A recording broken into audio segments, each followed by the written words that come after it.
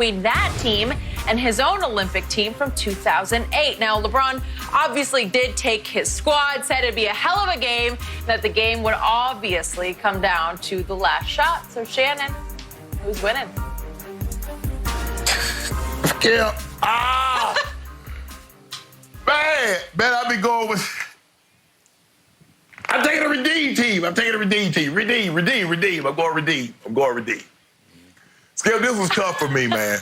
Because the thing, when you look at the original Dream Team, Skip, they were big. They had David Robinson, they had Patrick Ewing, they had Mailman, they had big physical presence. Now, David Robinson wasn't a physical presence, Skip. We know he had a finesse game, but he was very, very, very skilled. I mean, you imagine, I think he was probably more skilled than Chris Bosh as a lefty. David Robinson was lefty.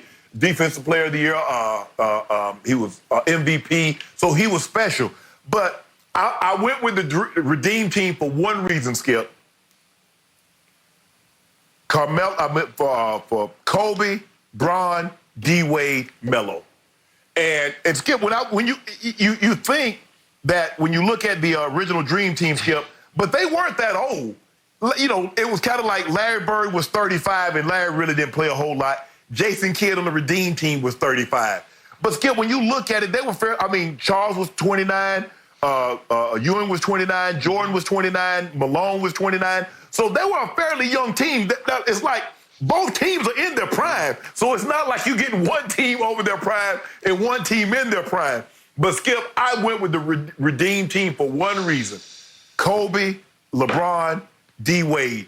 And Melo, Skip, Melo might be the best Olympian in the history. Because Melo coming off the bench and giving you 18 points every single game. So I went with the Redeem team, but I agree with LeBron in this aspect. Skip, it's going to be a hell of a game.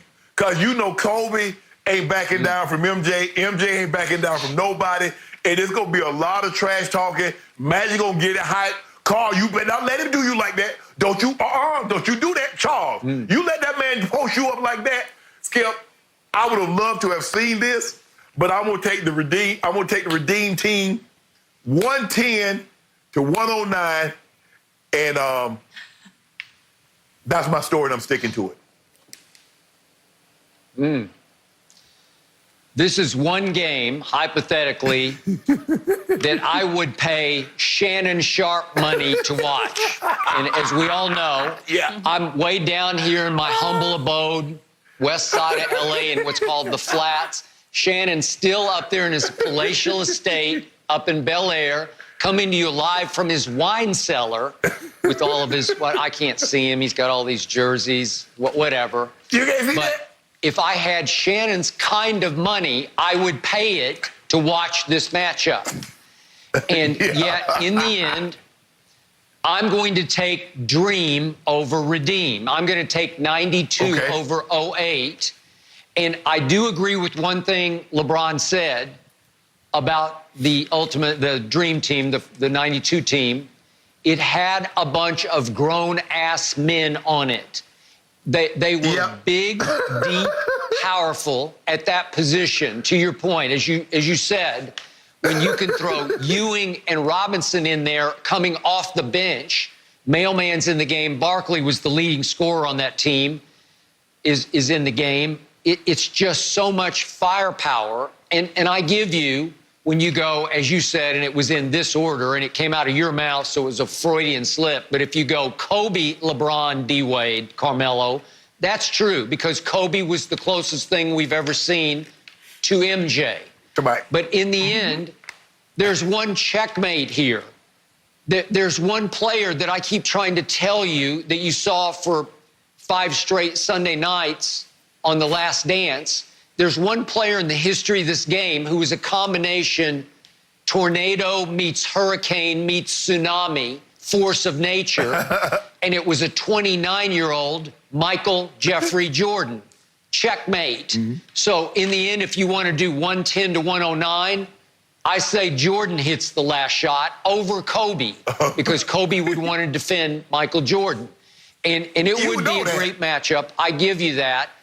But in the end, it's just that the 92 team is so deep that John Stockton could not get off the bench.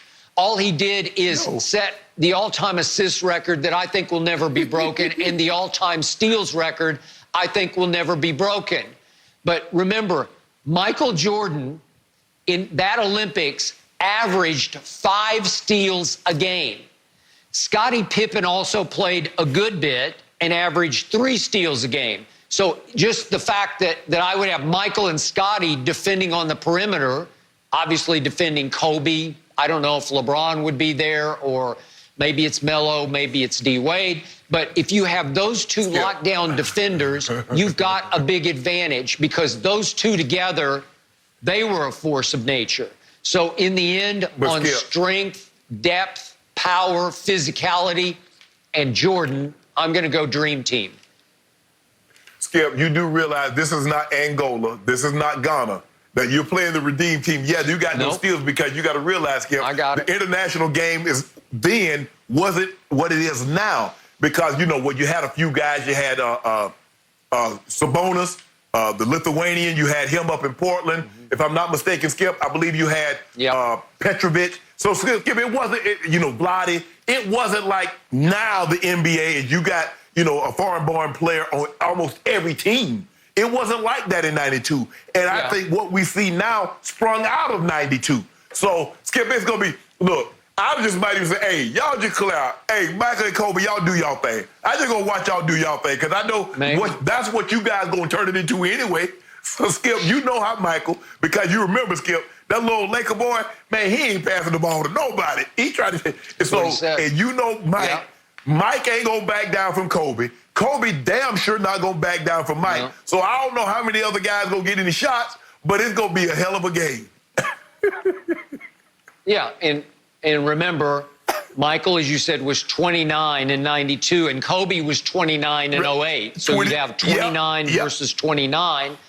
And yet, because you distilled this into that, you boiled it all the way down to Michael versus Kobe, as I would too, I think you're saying